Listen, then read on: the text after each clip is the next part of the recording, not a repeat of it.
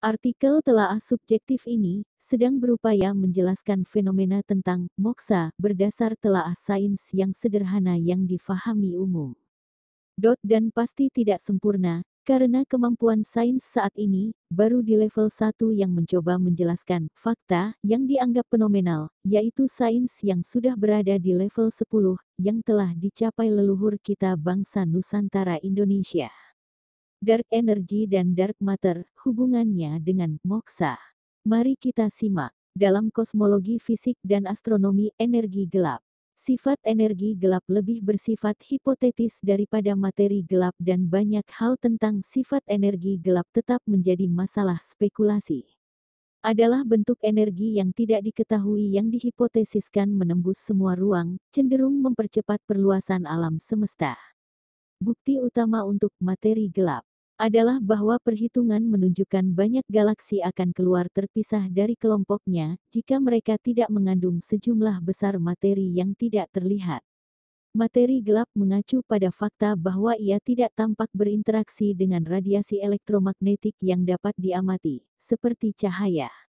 Dengan demikian tidak terlihat atau gelap dark ke seluruh spektrum elektromagnetik membuatnya sangat sulit dideteksi menggunakan peralatan astronomi biasa. Materi gelap adalah bentuk teori materi yang diyakini sekitar 80% materi di alam semesta dan sekitar seperempat dari kepadatan energi totalnya.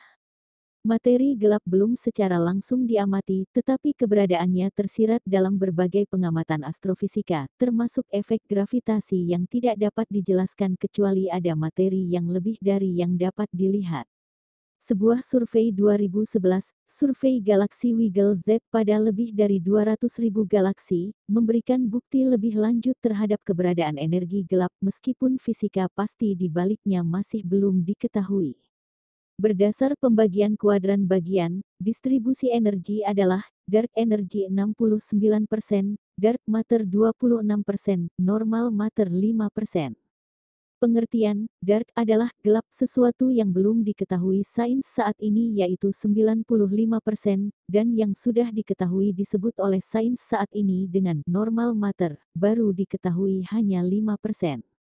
Sisanya 95% diyakini adanya tapi belum diketahui sains, ini akibat dari sains yang baru dianggap sains jika berupa bahani atau materi. Disinilah letak kebuntuannya, artinya pengetahuan 5% ingin mengungkap rahasia yang 95%.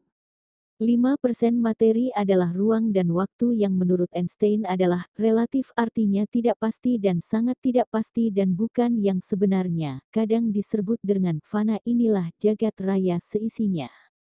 Jadi yang tidak relatif adalah 95% ini adalah tidak fana, pasti tetap ada abadi bisa disebut energi, menurut hukum kekekalan energi Einstein, selama belum kiamat atau kejancuran fisik jagat raya alam semesta ini. Jika kita fahami alam raya juga tubuh fisik manusia yang 5% kita ini, di dalam tubuh manusia ada 95% sesuatu di tubuh ini yang sains saat ini pun belum dapat mengungkapnya, mungkin ini yang disebut ruh atau atman. Yang kadang filosof sebut untuk manusia adalah makhluk spiritual yang terkurung dalam tubuh bernama manusia. Makhluk spiritual yang ada pada manusia ini yang mampu berhubungan dengan sesuatu yang tidak terbatas unlimited inilah yang disebut hyang atau disebut hyang widi tunggal. Yang dalam kacamata sains saat ini disebut 95% yang tidak difahami dan berkehendak atas atau kepada makhluk yang diciptakannya. Sesuatu 95% itulah yang mempunyai kehendak yang hanya ditujukan kepada makhluk bernama manusia, disampaikan via yang disebut Atman. Yang difahami sebagai kehendak, sains menyebutnya energi, yang membuat kita hidup tidak mati walau tubuh fisik materi 5% ini rusak atau fana. Dalam hukum alam telah diketahui adanya materi dan antimateri. Jika materi dan antimateri ini bertemu maka yang terjadi adalah saling meniadakan inilah prinsip dasar sains. Dalam ajaran asli Indonesia disebut mukso, ngahiang, atau moksa. Mukso, disapear, sirna, di sini tidak berarti hilang atau lenyap, tetapi tetap ada dalam area 95% yang belum diketahui, masih eksis di luar materi fisik 5% yang fana ini. Area 95% inilah yang tidak terikat ruang dan waktu. Hilang adalah luluhnya bentuk fisik dari alam keterbatasan menuju alam kesejatian, dari keberadaan di kuadran 5% yang terbatas masuk ke kuadran 95% yang tidak terbatas dan pasti tidak akan difahami oleh nalar logika bahkan sains yang 5%. Teknik kontemplasi spiritual untuk itu, leluhur nenek moyang kita telah mempelajarinya dan telah mampu melakukannya. Prosesi spiritual ini ditampilkan di stupa monumen agung yang bernama Vawana Cakapala, dalam bentuk arca manusia duduk bersila juga relief di situs yang saat ini bernama Borobudur. Ini bukan patung dan biografi tokoh agung luhur putra raja yang terlahir di Nepal.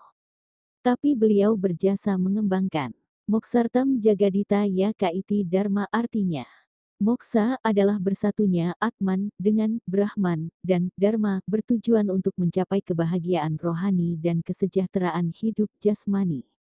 Inilah falsafah dasar utama nenek moyang kita terdahulu, ini bukan dari India. Moksartam Jagaditaya, kebahagiaan dunia akhirat, moksa kontemplasi ajaran leluhur kita, dharmik original. Adalah tapa brata istilah daerah Parahyangan, Jawa menyebut dengan Topo Broto, Bali menyebut Upasana, Yago, Tapo, Batagak di Sefarnatvipa, Kamala di Sulawesi, kalau sedang melakukannya disebut Akamala. Falsafah dasar ajaran asli Nusantara, dharmik berawal dan dipelajari di Sefarnatvipa di antara tokohnya Sanjaya, Sariputra, dan Sufarnatvipa Dharmakirti pada tahun 610 SM sampai dengan 520 SM. Inilah lokasi yang didatangi para peziarah Tiongkok yang untuk belajar dari masa Fahuan 337 sampai 422 Masehi hingga masa Ising 671 sampai 695 Masehi. Falsafah dasar ajaran asli Nusantara, Dharma, Dhamma tergambar lengkap di Borobudur, terekam sempurna di Bali. Keduanya tidak dari India, tapi falsafah yang terekam di keduanya mendasari tiga agama yang lahir dan tumbuh di sana. Dan moksa ini telah terjadi pada raja-raja Nusantara. By Santosaba.